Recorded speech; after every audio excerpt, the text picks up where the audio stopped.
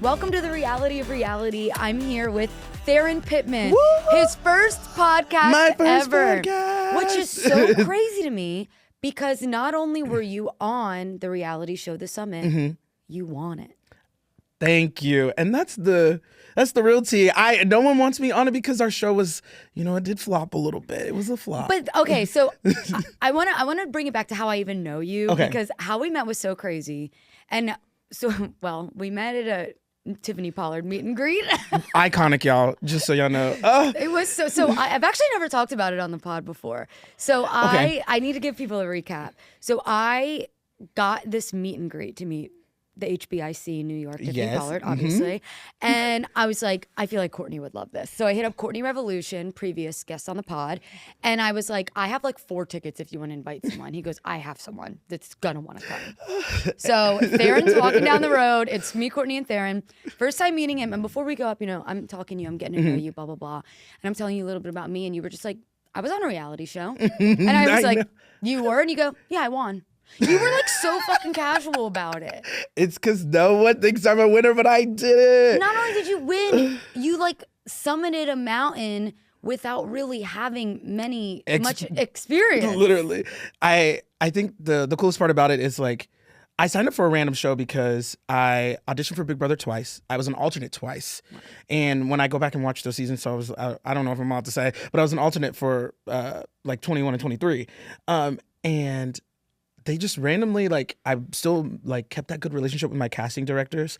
And the Summit came up and I was like, hey, let me sign up for this random show it had like a pseudo name. And I thought we were going to be on a beach and do everything fun. And I was like, I think it was called like Treasure Trails or something. I was like, I'm about to eat this up. I'm about to go dig for a little treasure, do a little backstab. And then I show up to a mountain. Yeah, and you're like in snow gear the whole fucking time. Yeah, it's snow gear, the boots. Also, our boots were brand new. We didn't like wear them in. Oh. So like, first day on the show, first day wearing the boots, apparently you're not supposed to do that.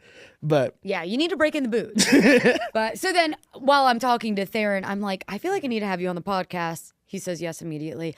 And then we go meet New York, which was so much fun. She was was so sweet. I remember we were like, this is going to be chaotic. Like, this is New York, right? Like, she's going to be loud and yelling. It was like the calmest. Literally, it was like she knows how to curate a moment, and like literally it's just her and her team. And she also let me hug her. Yeah, no, I mean, and she was like truly so beautiful. I felt like she was really like dialed in. It was like solo. You guys were the only 2 people in the room, right? And it literally, and I wanted to, are we allowed to cuss? Is that a thing I can do? Yes, you are. I wanted to ask her to call me a fake ass bitch so bad because that's one of my favorite New York lines. It was so funny too because I feel like I was like, all right, like when I get up there, like maybe I'll make a TikTok or we'll do a sound of like one of her iconic like fights or whatever. But her energy was just so zen. I was like, I can't even ask her. I just want a photo and call it a day. And the meet and greet being like, we all got our individual time with her really is what I was like, oh, because like it feels like it would be a group thing, like bring a couple people in, but like we went in as a group and all took individual pictures and got to talk to her. Right. And then she went on to DJ a whole thing. Great set. Yeah. And then Therron had never been to Insomnia Cookies. And we went off. And now every time I go to WeHo, I go to Insomnia Cookie. It's a tradition. I'm like, you started it. I mean, it's great. But I just want to say thank you for getting the meet and greet tickets, first of all. And then you thinking of Courtney thinking of me. What a line. And now here we are. I know. I love it. I love, I know you keep saying like, oh, my show flopped. Nobody cared to talk to me about it. Like, I love talking to all reality stars, and obviously like the people that are on the shows right now, like those are always really exciting to talk to. But there is something about someone whose show like isn't on anymore and it was kind of like a one and done experience. I feel like that to me is almost more interesting. Like you can say more. It was something that we don't know anything about the Summit. Like, and none of us have I actually might be one of the only people who didn't get interviewed. Why though? I think it's because, in my opinion, I think it's because we live in LA. I think that a lot of people were interviewed by the news or their small town or their everything when the show started. Before the show even they're like the hometown like heroes. they were doing all that. But in LA, everybody's doing something, so no one really cares Right. about what we're doing. Right. And there's just everywhere you turn, there's somebody that's been on a Correct. reality Oh, show they've at done one this, they've point. done that. Yeah, girl, you're just one of the pack. So you told me Mm-hmm. and you just said as well, you had no idea what show you were going Correct. on. If you would have known that the show you were on needed you to summit a mountain in 2 weeks, would you have done it? No. Because you were out there on that mountain for 14 days. Let me tell you something. To the casting team, love y'all. Thank you so much for the experience. But they played in my face. They really did. They really played in my face because, first off, they know that I'm like, I love puzzles. That's why I love Big Brother. I love the ins and outs of the game, the puzzles, the strategy, all of that. Well, when I signed up for the summit, they kept being like, how are you gonna do it the puzzles? How are you gonna do it the puzzles? And I'm like, I'm about to eat these puzzles up. Show up to the show. How many puzzles did I do? Right. 0. Right. So you had what'd they call it? Not like a mountain master, mountain mother, like someone that would send you things to do. Oh. The mountain keeper? The mountain's keeper, yes. The mountain's keeper. Yes. And so what were some of the things that the mountain's keeper had you guys do? So I think the first thing the mountain keeper did was we got the chance to save somebody who was behind. They gave us food. That was always they gave us choice to like, if you do this, you can eat great at camp.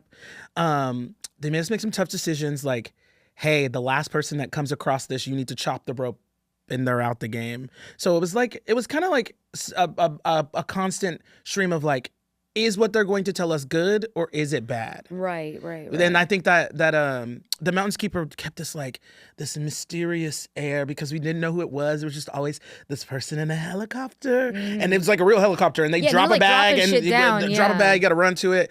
But I think that the mountain's keeper, the cool part about it was that it kept everybody on their toes because people were afraid to go last. Because the first time the Mountains Keepers gave us a hard choice, it was like the last person's getting cut.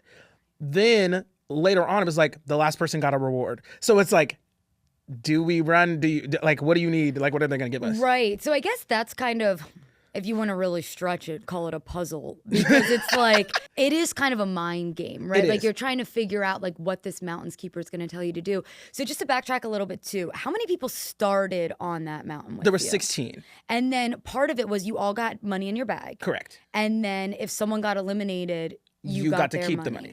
But I think what made the show also interesting and hard was because it's a brand new show, I think they wanted to keep this like, we don't want to tell you what you're going to be in for, so you can't strategize.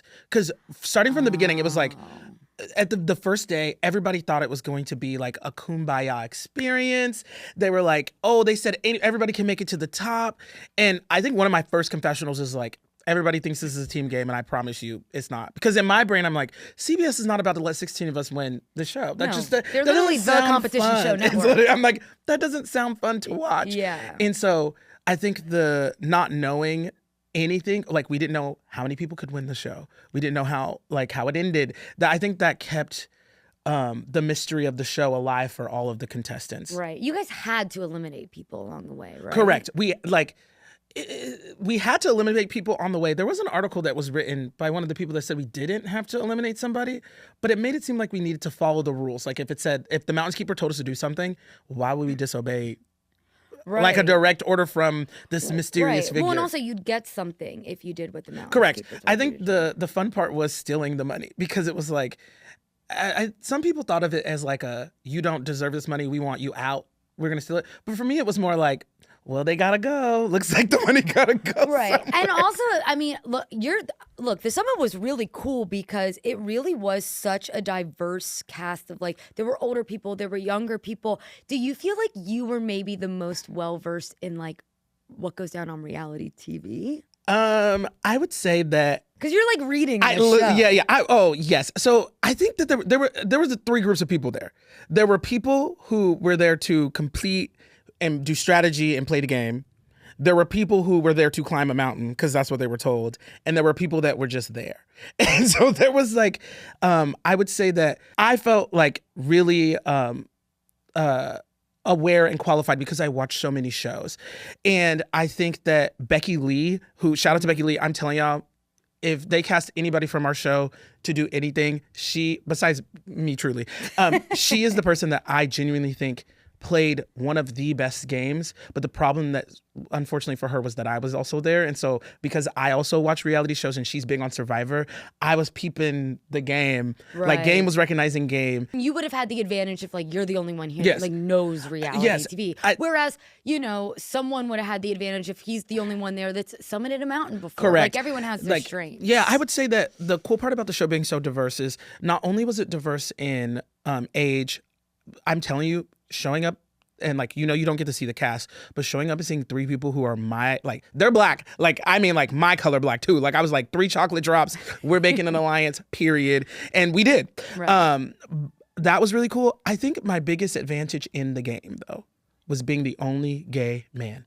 It was interesting because I think what worked out for me the most, I don't know if I'm jumping ahead to any of the questions, but yeah. I like flowing like this. What worked out for me the most was that because I was a gay boy, the people still, like the boys kind of categorized me in with the girls. The girls recognize that I'm a boy and not a girl, but I'm not an alpha male. Like I don't have what it takes to be an alpha male, which is so funny to me. That no one was really looking at me as a threat. Because what was happening, like a trend in the show that really happened was if you were the leader, people saw you as being strong and they kind of put you on their radar and they wanted you gone. So I led the group the first day. They shouldn't have gave me that map. We got lost by like 12 hours. I say we because it was like a group thing that we were doing. And after that, I led the group actually a lot. They don't really show that on the show. But the girls never, like no one was like, oh, Therron's an alpha. He's coming for me. I need to be worried about him. So I think being gay, like the boys didn't take me as serious as they should have. It almost sounds like you did kind of fit in. Like, yeah, you were very unassuming, but also kind of fit in. Like you still were one of the boys. You were also one of the girls. Like you were Therron. Yes. You were Therron. I know. I was out there doing my thing. So how much of the game do you feel was like a social game? Like did alliances matter in this type of game? So I think that was the hard part about watching it back, is because to everybody that was out there, the alliances actually mattered a lot. But I think what happened was when like in the playback, so like on day 6, like by day 6, I was already in 2 final 3s, a final 2. And day 6, we gotta get you on Big Brother. Oh my gosh. I was like, as soon as I got out there, I was like, dang, people want to work with me. This is so nice. Like, and I'm getting put into stuff that I don't know. On day like 7, 8, it's been a minute. There was this big group there was supposed to be an alliance of 6 that had formed. I just got approached and they were like, hey, we're all working together. And we want to bring in these people. That way we can always just vote out the people who aren't working with us. Right. And it was supposed to be 6. Then they invited Amy. Love her. But I was like, I want Amy to go home. Right. Like, it's getting a little crowded. I was like, everybody, I guess we got room for everybody. I do love Amy. Shout out. But I would say the alliances actually probably did run the game more than anybody did. So that's why watching the show back and then being online and seeing what people were saying, it's weird because my brain is like, I know what went down. Right. They don't. And I'm not allowed to tell them what actually went down. What were some of the people saying about the show online afterwards that was like frustrating to you? So I think the biggest misconception online was that we were doing what Dennis wanted us to do. That was always so weird to me because these alliances, like we were an alliance of like people, Dennis was lying to the other people that weren't working with us. Right. So people are like, he's lying to you guys. You're a liar. You're carrying, like you guys are working with him. I'm like, y'all, he's lying to the other people. Like I was there when Dennis told the lie. I was there for originally, that was something. People kept calling me a follower, which also really bothered me because I'm such a strategist that I was not out there following nobody. Right. Like I promise you, because I watch so many shows, like I'm doing what I think is best for me in any given situation. I think that one of the valid critiques people were saying online is that they were focusing too much on the challenges. And I genuinely think that they did because a lot of the challenges didn't really have consequences that were super crazy. Right. It almost felt like they were just trying to really show like, look how crazy. Oh my God. Because, okay, so like I want to say this show isn't available on Paramount Plus Oh anymore. no, they 1 year to the day they took it right on out. And I want to talk to you about that. I can But drink this. so like last night, I was like, let me just like refresh myself and let me like go and watch like a little bit of the Summit. Yeah. There's a whole Summit playlist on YouTube. It's only the challenges. It's only you guys doing challenges. It doesn't tell me anything about anybody on the show. And yeah, challenges are fun, but like, I don't know, in today's world of reality You TV, need to show people. it's my doing least stuff. favorite. Like, Yeah. I love Survivor. The challenges I could care less about. Correct, because it's all about the social game. And I think Right. that if they would have focused more on our social relationships, it would have been a hit show. Because there were so many moments. I remember being there, like I could just I put myself right back there. I'm sitting around the campfire. I'm watching. I'm sitting there. I'm like, I'm not in the drama. I'm watching the tea go down. This is about to be a great episode, and none of it made it. So that was like really frustrating. Can I give you an example? Please. Episode 4, I promise you, had the potential to be one of the best episodes of reality TV ever. Just imagine this. Okay, so we've already formed this alliance, right? Everybody, one side of the alliance thinks that we need to be voting out Dennis because he's a liar. But they don't know that half of the people here are working with him. The other half wants to get out the strong boys, right? Becky Lee is not letting these strong boys get to the end. And shout out to her because I wasn't either, because just because you show up to a show physically fit does not mean you deserve to win, especially when it's a random show that nobody knew what was in for. Yep. But so we're around the campfire. Jeff knows that his name has been thrown out by Dennis. Jeff calls out Dennis. Dennis is lying to Jeff, being like, I never said your name. Me, I'm like, oh, the lies. Then what happens is somebody in the opposite alliance of mine. We didn't name our alliance, which is kind of weird. Somebody Well, in even if you did, it probably would have made it on wouldn't the have show. watching. So Jeff kind of knew he was like on the block. Dennis knew his name was going to be said regardless. They just keep saying Dennis's name. At this point, that's what they're doing. We get to camp. Sorry. We're about to vote. We're about to vote. Jeff's arguing with Dennis. Then all of a sudden, one of the moms starts arguing with another one of the moms. And we're like, oh my God, everybody's fighting. Then Dennis starts lying, which triggers Pumpkin. Pumpkin's like, she takes her hood, she snatches it off, she looks at him. So now Pumpkin's arguing with Dennis. And I'm sitting back like, this feels so good not to be in any of this drama. Then all of a sudden, the host asks one of the contestants, he asks Jeannie, he's like, you keep saying we. Who's we? Jeannie starts pointing out our entire alliance. She's like, him and her and him and her and him. And she's like going down the line. I'm on the other end. I'm like, Jeannie, do not say my name. I was like, then what happened was the people who are working with Jeannie. This sounds so chaotic. I promise you, it was so chaotic. I promise it was so. I remember my eyes were wide open. I was like, Yeah. y'all. So Jeannie's outing our entire alliance. People from our alliance jump in. They're like, girl, no. They're like, she's confused. The other side's like, she's not confused. You need to stop treating her like an old woman. There's just all of this chaos and all of this drama. And at this point, Dennis is lying. And some of the people in our alliance are like, should we vote out Dennis? No. Maybe. No, maybe no, maybe no. And then we are going to vote out Jeff regardless. But it just would have been such a good TV moment to watch somebody out their alliance, all the fights, all the drama. Right. So they didn't show any of that?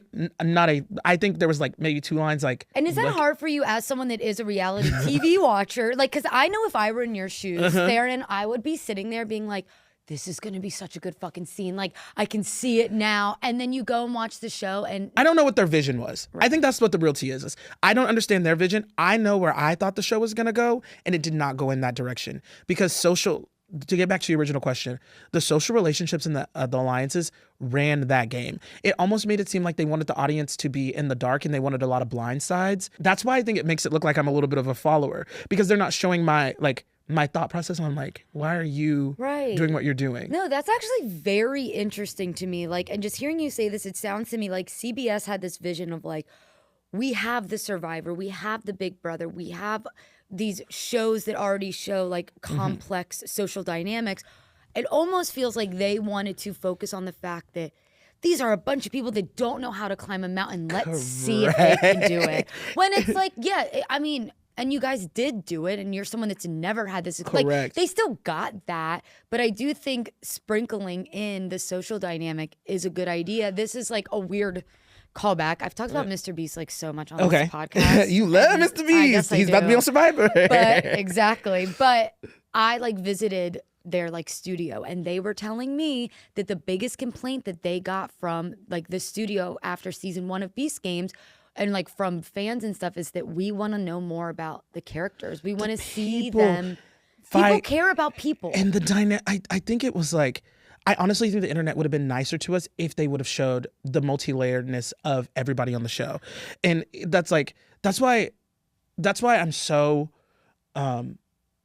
quick to give Becky her flowers, because as someone who watches reality TV, watching the internet be mean to somebody that I know is out there eating this game up was weird to me. And it's because they're not showing, like, for example, they showed me and Amy cry more than anybody else on the show. Did we do the most crying? Yes. Well, yes. But you did more than that. But we did way more. The only time I cried on that show was when I was physically doing a challenge. But there was like, I remember watching, oh my God, episode 4. Episode 4 was so iconic for me. Yeah. I remember being there, and this is the challenge where we have to traverse around a cliff. Yes. Right? Okay. We're choosing partners. It's a hard challenge. You know what I mean? Like, but I'm with Dusty, who I end up voting out later, but it's okay. I'm with my partner, and we're doing really well. We're like going through it, and we're doing everything. We get to the end. I didn't cry in that challenge. So I'm like, I know I'm not crying in this episode at all. So everybody can calm down with Therron's always crying. Why is he still here? Like these think pieces on like, why is the girls getting punished for crying and Therron isn't? And I'm like, I was like, I don't think anybody was punishing the girls for crying anyways. We were voting people out based on social relationships. Like the internet think pieces were crazy. But so many people cried during that challenge and they didn't show any of them.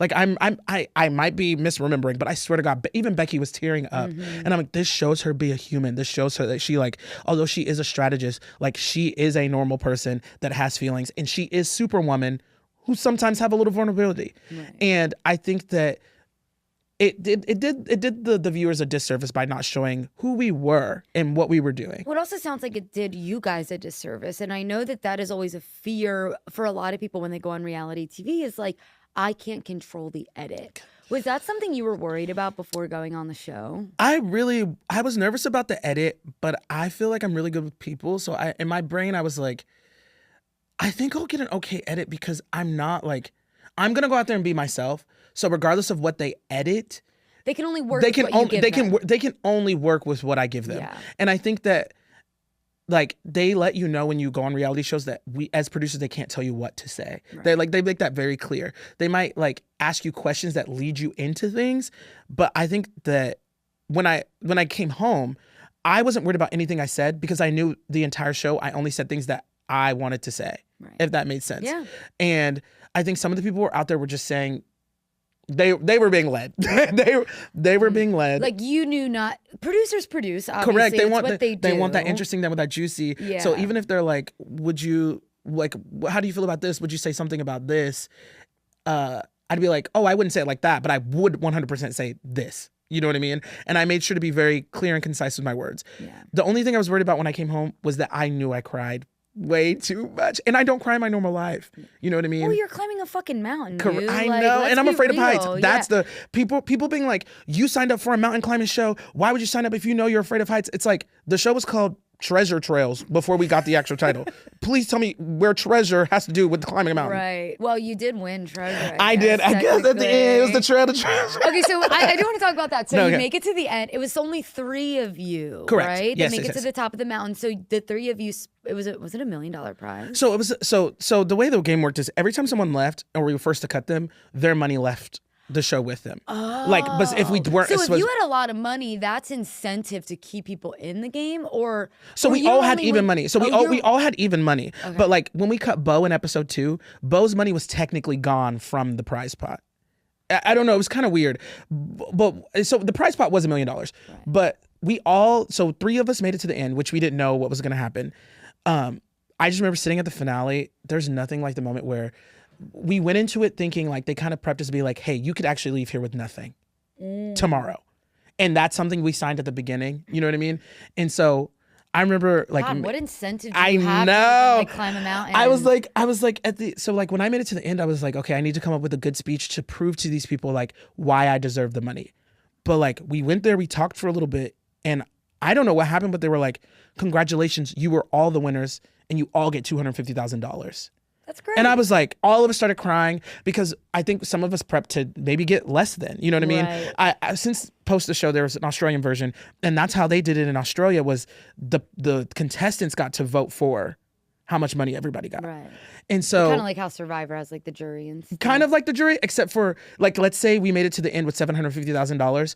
The jury get to be like, well, we're going to give Therron $20,000. I see. And we're going to give this person this, we're going to give that. That's actually kind of interesting. So that was the scary part. So I planned this whole speech. So then when I found out I won, I like started crying, and I kind of immediately let I stepped back and I was like, I'm so happy. I'm so proud of myself. And then what happened was they were like, hey, there's actually this extra money that you guys will have to fight for. And I'm sitting there and I'm like, I asked them, I'm like, hey, did we all win the show? They were like, yes, you were all the winners of the show. Congratulations. And they were like, this is just extra money. Like they're voting for extra money. And so I'm like, okay, cool. So I'm sitting there and listening to these people's speeches, and my brain is like, you need to go hard for this money. But then Pumpkin starts to speak. And life became more to me about. Why do I feel like I'm about to cry? Oh my gosh! I'm like. That's what you do. I'm like reliving it. Oh my god, I'm a crier. You can cry. If No, you no, want. I'm good. You ain't getting that. you gotta find the summit on that. That's the exclusive. So I just remember sitting there and Pumpkin's giving her speech, and I'm sitting to myself and I'm like, you are so great. Like nobody in your family has ever had this much money. You don't really know what you're gonna do with the money except for try to help your parents and try to help your grandma and try to help your family. But the girl next to you is giving this speech about being gay and being black and doing this for the culture. And, you know, I have that same story too. But then she's like, I'm gay. I can't have kids. I need the money for IVF. And my brain is like, you know, I really want her to get this extra money because, you know, it's important for me to care about the community and to, you know, representation matters. I know people hate to say that, but like, being a gay person, not being able to have your own baby through the traditional means, I just sympathize with that. You know what I mean? And so I was like, I pretty much told her nobody to give me any votes for the extra money. You know, that was like what it felt like to me was the right thing in the moment. You know what I mean? I feel like maybe, I don't want to put words in your mouth, but like if I were in your shoes, let's say I did give my speech and people voted for me to get the money, I'd almost feel bad about taking it. And I think that also kind of goes back to them not really showing the social aspect of you guys. Correct. Where you did just spend 2 weeks doing the hardest thing of your entire life. You really get to know these people. We're funky and tense, 8 people to a tent, smelling, stinking, farting, pooping, peeing. Right. Oops, that was nasty. But it's true. Yeah. But it's true. Like you went through this like crazy experience together and you know their backstory. I actually think that's really selfless of you. And then they ended up voting for Nick to get the money anyways, because one of the things that was interesting to me is when I watched the finale back, there's this face I make and I was like, oh, that's the moment that when Becky and Shweta vote for me. And the interesting about the voting at the end, because it's a show, they have this thing they want to do. They really do want to show why Nick got the extra money over everybody else. Right. So I feel like I was under edited sometimes because Nick was getting credit for things that really baby boy over here set in motion, and that's okay. You know, we're working together. So like, I'm not like fighting for credit at this point, especially because we both won. But what I was trying to say is that there's a moment where I make this face on the show. Shweta and Becky both vote for me, and I'm shocked because I just told everybody not to vote for me because I want Pumpkin to get the extra money. But they both tell me that I'm the biggest strategist out here. They have to vote for the person who played the best game. You know, I think what happened at the end, one, I did ask for no votes, but I think what happened at the end for me personally is the people that went home really, really early didn't get to see the evolution of who I was out there. Right. And because the people like Tony unfortunately had I think he had a heart attack or he went down the first day, and Tony got hurt the first day. Rose and I beefed the entire first day. So from the beginning, and since everybody got to be on the jury, those people didn't know anything about me Right. except for knew. I'm leading the group, they're slowing us down, and I'm being a little tough because I'm like, I want to make it to camp. I don't want to sleep on the side of a mountain. That doesn't sound fun to me. The only regret I have, like I have it all when I think about the show, is that I because of the way the show was edited and there was 3 people at the end, we all did win the show. But if you Google who won the show, it's going to say Nick. Oh. And that's because he won that because he won the extra money. And I need everybody in the world, all the records, look at every camera. Me, Pumpkin, and Nick all won the summit. So whoever runs Wikipedia, go ahead and change that. Nick won the extra money, and they will tell you, like, all of us, that's how it is. Well, it's like on Big Brother, there's like the winner of Big Brother, and then don't they have like that extra, like the fan vote or something? Yes, Nick won cast favorite. America's favorite house guest. He won cast favorite. Yeah. And he played a great game. Like I listen, I have a good relationship. Everybody I worked with on the show, I pretty much have a great relationship with. I think that my only regret coming back is that I didn't go for the gold, because if I would have known that people wouldn't perceive me as winning the show, I wouldn't have never thrown my votes to somebody else. But and so because they called Nick the ultimate champion, it really does make it seem like he's the only one that won. But I think as a cast and as a whole, and like, we understand that we all won that show. Like, they're literally, because we weren't expecting to win anything. You know what I mean? And it was just really a really like sombering moment to watch the finale, and then my parents be like, "Oh, I really wish you would have won," and I had to be like, baby, I'm not throwing this party because I lost." You think I'd have a watch party if I didn't win the game? No. I won. We got a cake. It said 250,000 K. I brought some crowns. Me and Pumpkin. She fucking flew out from Japan. That's where she lives. And we threw a little party, and it was like, yeah. Well, I can say this because I know you won't say this, but to me, just listening to you talk, it seems like production, CBS, whoever, didn't really know what the show was while you guys were filming it. And even just you being like, hey, you guys all won, now we're just giving away this extra money. It's like, how the fuck would you have known that extra money meant that person was the ultimate winner of the game? And especially when you tell me that I've won. Baby, that's all I heard is you won. That's it. You did win. You summit the point of the show was to summit the mountain. Summit the mountain. And who gets to split the money. It's not a Survivor where one person's taking all and they're the winner. It was actually just like it was a 3-person who won the show. It's kind of like the challenge when they win a team. You know what I mean? Like, they won. Sometimes they steal some money and do some crazy stuff, but that's how it is. So funny. I was actually going to use that comparison as well, because there's 2 challenge winners. Ashley, Millionaire Mitchell, and Johnny Bananas. And Johnny Bananas. Okay, you're familiar. And people say, like, Johnny took the money from Sarah, Ashley took the money from Hunter. People say that Sarah and Hunter did not win. They did, though. But they did. They just didn't win the money. To me, those people will always be winners to me, because they didn't. It wasn't like, if you take this money, you are the sole winner. You're just winning the money. They made it. They did the challenge. Their grouping did win. Right. So if they listening, y'all winners in my book, because I'm in the same boat. You're definitely a winner. And I like that when I met you, you just said, yeah, I won. Yeah. Because and it's George says it in my profile, and I'm not changing it. And guess what? And I will say, I've done a lot of research about you, obviously. You are listed online, at least, as like you were one of the winners of the summit. So that's nice. Yeah, oh my gosh. Yeah, don't worry. This being my first podcast actually feels so nice and so like justifying, because something that really didn't sit well with me is, like, after the show, you know, I just won one of your shows, and, you know, I just put my heart and my soul. I'm crying every week for y'all on TV, and I'm not fake crying. I'm crying for real, because I think these people are trying to kill me. But something that, like, after the show, me and Pumpkin, I got maybe one post-show interview from interviewers. That's why I'm like, this is my first podcast, because that perception that Nick is the only one. Nick is getting interviewed for the news. Nick is getting interviewed for CBS, is setting up all these interviews, to the point where we're having to be like, so why are we not getting interviews? We're really confused. You know, it felt honestly like, I did not say this. But it honestly felt like, okay, these 2 black people that won the show actually never won. And that's what was weird. It was this weird feeling. That's not probably what they were doing, but just imagine you just won a show. You've been on TV for weeks. After the show, no one wants to talk to you. And I don't mean to toot my own horn. This might be a little overboard, but honestly, I was one of the main characters of the show from episode 1. Some of the people on the show, even if they made it far, did not come around to episode 3. Like, I felt like I was such a player in the show from the beginning to end. I could totally understand you feeling like that. I don't think that that's like crazy of you to say. I also feel like if I were a network, and again, we don't know if this is what their mindset was. Right? This is just your personal feelings of how you felt after it.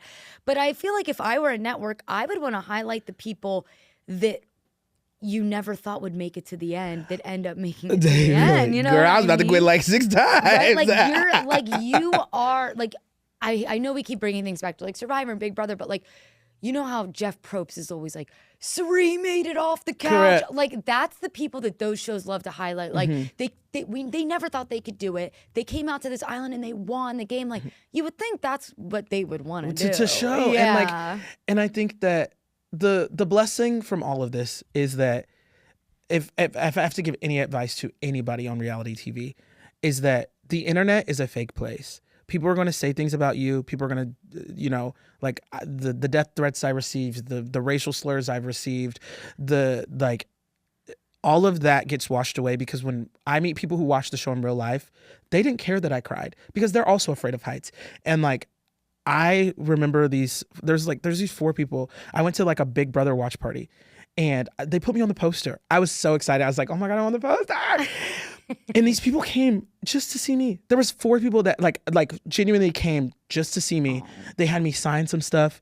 And it felt so good to show that like me being myself really did inspire some people because like this guy, he's like, I'm afraid of heights. These are my hiking boots. He's like, I've been trying to like, and I'm just like, this is so amazing because I would have never thought that the way the internet made it seem like I would have never thought all my tears were for something. Right. Well, and also representation matters, right? People see people like them, someone that I never have climbed a mountain before, this, that, and then they watch them do it, and it's like, maybe I can do this, right? It's really important, and I'm glad that you have that mindset because one of the best pieces of advice I've ever heard was like, if we put as much power into every positive comment that we do for that one negative comment, we wouldn't even know the negative comments existed at all. And I think that Twitter is that's the worst place to be when the internet don't like you. I don't hang out around there. They oh my God, when I got rid of Dusty, for those who haven't watched the show, there's a moment in the show where the Mountains Keeper drops this bag. We all have a foot race to this bag in the snow, and so I get to the bag first. It tells me that there's not enough equipment for everybody, so someone has to go. At this point in the show, there are 7 of us left. I'm in a final 3 with me, Nick, and Jeannie. Boom. Then it's me, Punkin, and Becky. Boom. That leaves Amy and Dusty, who I'm not working with. So those are really my only 2 options right now. Everybody doesn't know that. So I'm hearing everybody's things. Dusty's friends want to go get him out too. So I'm also working with them. So my brain is like, I just want to explain this move because this is the move that really. Hey, you've never been on a podcast. This is your chance to clear your name. This move was actually probably the best move for me because what happened was I thought in my brain, I remember talking to them. They're like, I didn't know what to do. I was like, do I get rid of Amy, who I know is coming for me? If she had this power, she'd get rid of me. Do I get rid of Dusty, who I have technically the weakest relationship with, even though we're on good terms, and he is physical?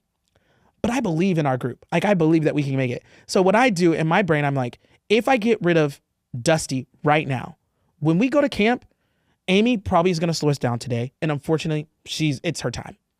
If I vote out Amy right now, when we get to camp, Dusty is close with Nick. Dusty's kind of close with Becky. Becky and Nick don't like each other, but they're both in separate sides of my alliance. Right. I need to be right in the middle. And I don't want them to try to use him to get rid of each other. So get rid of him now. So when we get to camp, we get rid of Amy. Now I am deciding who's going to the end because I can either go with 1-3 or the other 3. And then the move that I also didn't really get credit for was I framed Becky and went and told Nick that Becky was saying his name. I went and told Punkin that Becky was saying her name.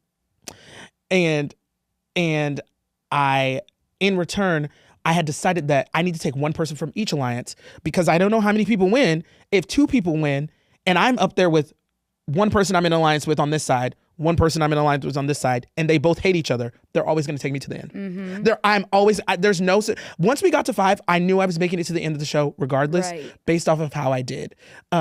Sorry, this is my one chance. I had to talk about the game. And this is like, I hope that everybody that called you a follower tunes into this episode. Yeah, watch. Because it's like, you don't get that final 3 to plead your case, really, right? Correct. It's like, when else do you have this opportunity to explain?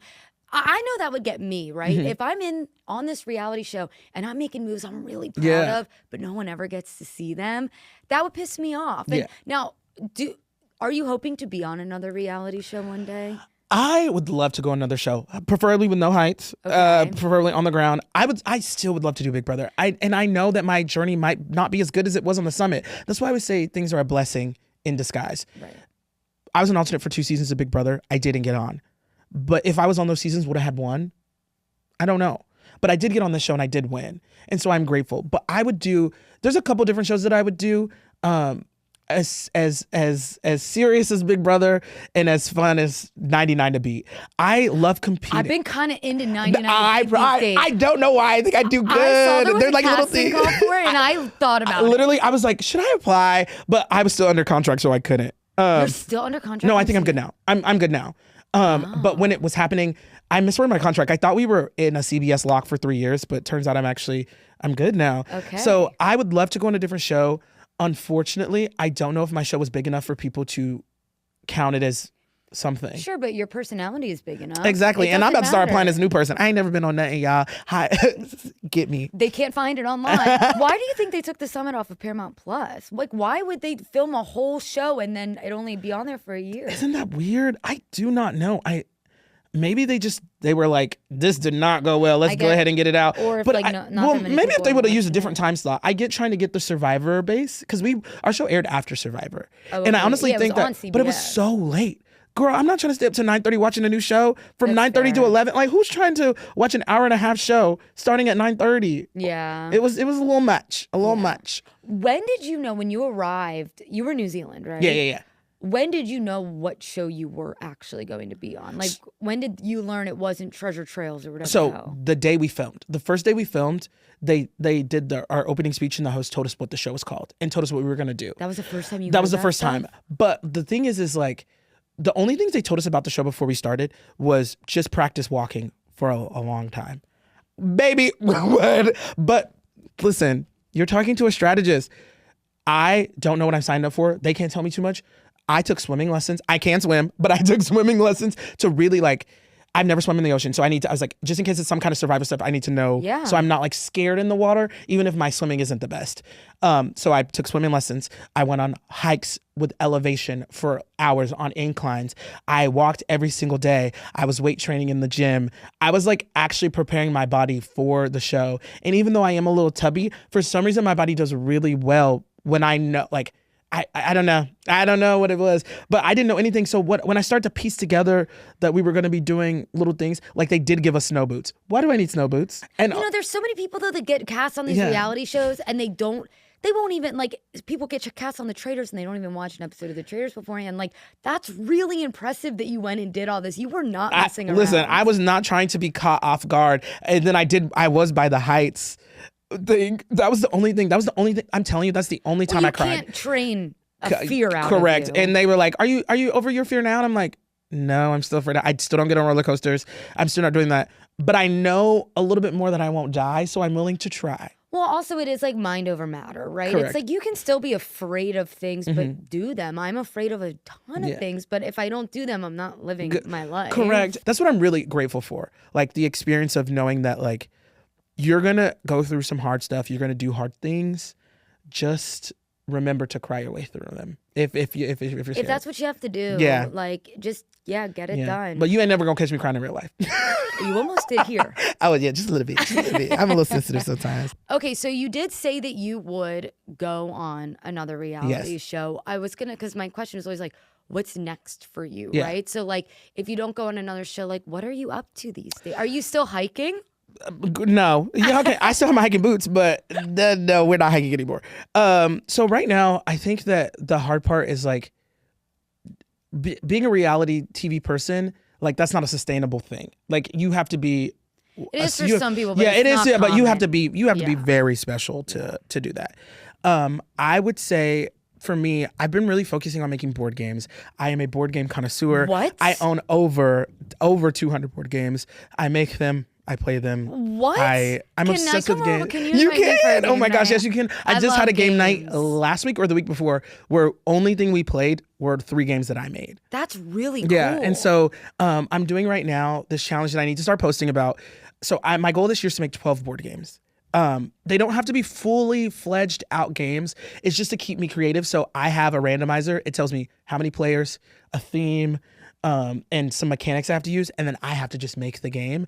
And so this is an early announcement. My goal this year is to make 12, but I want to invite the internet to also participate in this. Yeah. And I think I want to sponsor somebody to go to Gen Con, which is like a big board game convention in Indianapolis, like pay for their badge to go if they participate. Because I think that a lot of people who are creatives get stuck and there's sometimes we feel like there's not a creative outlet at the moment. And this is, I promise you, the way my brain has been working with these games, I hear the theme, I hear what I'm supposed to do, and immediately I'm like, this would be fun. But I would never think of it if I wasn't doing it. It's called a game jam if I wasn't doing a game jam. That is so fucking cool. That is like the last thing I ever would have expected you to say. Are you going to sell these games? The idea is hopefully to sell them. I know that the business is a little rough, but there's something, listen, a little bit of delusion. A little bit of delusion is always good for you. And I have such a huge belief in myself that I know it's going to happen. When? I don't know. But will it? Yes. Well, it sounds like it's happening. Yes. By the way. I'm going to just keep making these games and someone will hear it. You just had a game night where people played the thing that you created. Correct. That's and they liked really the games. Cool. My friends are a little critical, so they did have some critiques, but they had so much fun. Though. Yeah. All my friends are honest. But they had so much fun and they're like, keep working on this. This is actually like a good idea. And I'm like, oh my God, my hard work. That's so cool. What's your favorite? Okay, not one of yours, but what's your favorite board game? My favorite board game would have to be Ticket to Ride. Oh, I've never played, but I'm familiar. It is a train game where you're trying to build trains across the U.S. Right. And the reason it's my favorite game is because it's like an entry-level game, but it has enough strategy so when my friends are like, oh, I've never played games before, I can bust out Ticket to Ride. They're going to have fun because it's easy. I'm going to have fun because I could strategize. And it's just, it's not a gotcha game really because which means you're not trying to screw other players over, but because I don't know what you're doing, I might inadvertently. Oh my gosh, these words! I'm using big words. I might inadvertently screw you over. Yeah, I'm really impressed. Yeah. I've never met anyone that's just I want to start making board games. I love that idea. That is ideal career. No, if nothing was in my way, that's what I'd be doing. I'm also trying right now to, if I can't be on the shows, I'd love to make the games for the shows. And that's where board games tie into, I've really been trying to put my name out there as a challenge producer because watching the games on my shows, they were good and I think they did a good job, but I watch games on shows and I'm like, there's a little tweak and this would have been the best game ever. And I want to uplift other challenge producers' voices because they're making games for all these people that work on Big Brother, all these people, they are putting their heart, soul, and everything into these games and they're amazing. And all I want to do is work for those people and learn so I one day can be a challenge producer for these shows I want to be on. That is that's the other thing I've been working on. That's why I'm working on board games so much because some of the game ideas that I have for board games translate into maybe tweaking it to make it a reality game. Yes. And so 100%. Yes. Tell everybody, I love that. I cannot wait to play one of your Yes. board games. Tell everybody where they can find you because you also said you're going to start posting more content. I am. Hold me accountable. My name is It's Therron on both Instagram and on TikTok. So if you want to follow along for the board game journey, if you want to join and make some, or if you just want to follow this crazy man in his brain, feel free to follow. I promise I'll start posting. And you have to comment on all of his posts saying, oh my God, I can't believe this is the winner of the summit. Because it's in the profile. This is so crazy. Am I allowed to give a shout out? I do want to shout out. Darren, this is your show. I know. Take it away. I just want to shout out my cast. I know that some of us don't get along, but I think that we did an amazing job. We were honestly, if we were on any other show, I honestly think we'd be one of the biggest casts. I am proud of a lot of y'all. I said a lot. I'm proud of a lot of y'all. And just keep your head up and keep going to the next. And then lastly, to the audience, thank you so much for, having me, for you. Thank y'all for listening. If y'all have any questions, feel free to DM me. I will be doing some board game giveaways if y'all want to keep up with that because I have too many. So I don't know. I feel like I'm signing off. Signing off. Rebel. What is it? Radio Rebel. Radio Rebel. Well, I like that you said that, actually. I think that was really sweet. No one's ever given a shout out to their cast on the show before. I just know the internet was a dark place for a lot of us. And I think that the bonds and relationships I have, especially with the people I'm close to, I wouldn't trade for the world. I think that we create the support system, and some of the people in our cast just have to wake up and realize that we'll be there for you if you need us. That's beautiful. Well, thank you for joining us Thank you. today. Oh my gosh, I'm like, we talked about everything. You killed it.